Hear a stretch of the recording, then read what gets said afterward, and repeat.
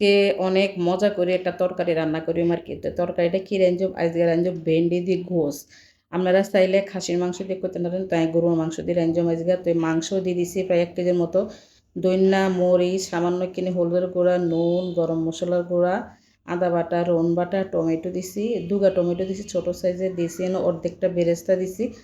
তারপরে দিয়ে দিলাম হলো টক দই দিছি। আর টক দইটা কিন্তু অবশ্যই দিবেন এটার মধ্যে। টক দই দিলে অনেক বেশি ভালো হয়, আর টক দই রানলে অনেক বেশি মজা হয়। তো এনে দিয়ে ভালো করে লাড়াচাড়া করে দিয়ে এনে ২ কাপ হানি দিছি। মানে মিডিয়াম সাইজের যে কাপ আছে ওই কাপের ২ কাপ হানি দিছি। হানি দিয়ে কিন্তু তারা ডাকনা দিয়ে ডাকি দিছি। আর এনে ভেন্ডি কিন্তু সুন্দর করে ২ টুকরা করে কাটি লইছি। ইয়ার হরে দিয়ে আবারও তরকারি কিন্তু লাড়াচাড়া করে ফাঁসের চুলার মধ্যে দিয়েছি। দিই ভেন্ডি কিন্তু তেলের মধ্যে ভাজিম, আর ভাজানোর সময় অল্প করে এখানে নুন দিম।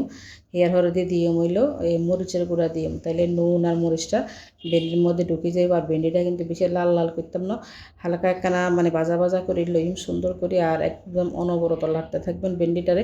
তো আর ভেন্ডিটাও ভাজা হয়ে গেছে না পুরা, বা এরা মাংসটা এত সুন্দর করে সিদ্ধ হয়েছে, মানে কর্নের মতন একদম নরম হয়ে গেছে। তো দিয়ে দিছি ভেন্ডি, দিয়ে দিছি অর্ধেকটা যে বেরেস্তা ছিল ওই বেরেস্তা দিছি, দিয়ে এনে কাঁচামরিচ দিয়েছি সুন্দর করে। আর কাঁচামরিচটা চাইলে ছোটো ছোটো করে কাটিয়েও দিতে পারেন। তো এনে সামান্য একটু গরম মশলার গুঁড়া আবার দিছি, দিয়ে কিন্তু সুন্দর করে লাড়াচাড়া করে দিই।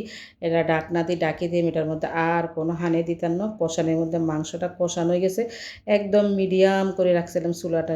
তো এই কিন্তু আরও সুন্দর করে লাড়াচাড়া করে দিই। এর হলে এটার মধ্যে আরও একটা জিনিস অ্যাড করিম, সেটা হয়েছে দইন্যা হাতা। তো দইন্যা হাতাটা অবশ্যই দেবেন, টক দইটাও অবশ্যই দিবেন। আর টক দইয়ের কারণে অনেক বেশি ভালো হয়েছে তরকারিটা, খাইতে এত স্বাদ হয়েছে, এত মজা হয়েছে। আরাপুরা ভাইয়ারা আপনারা অবশ্যই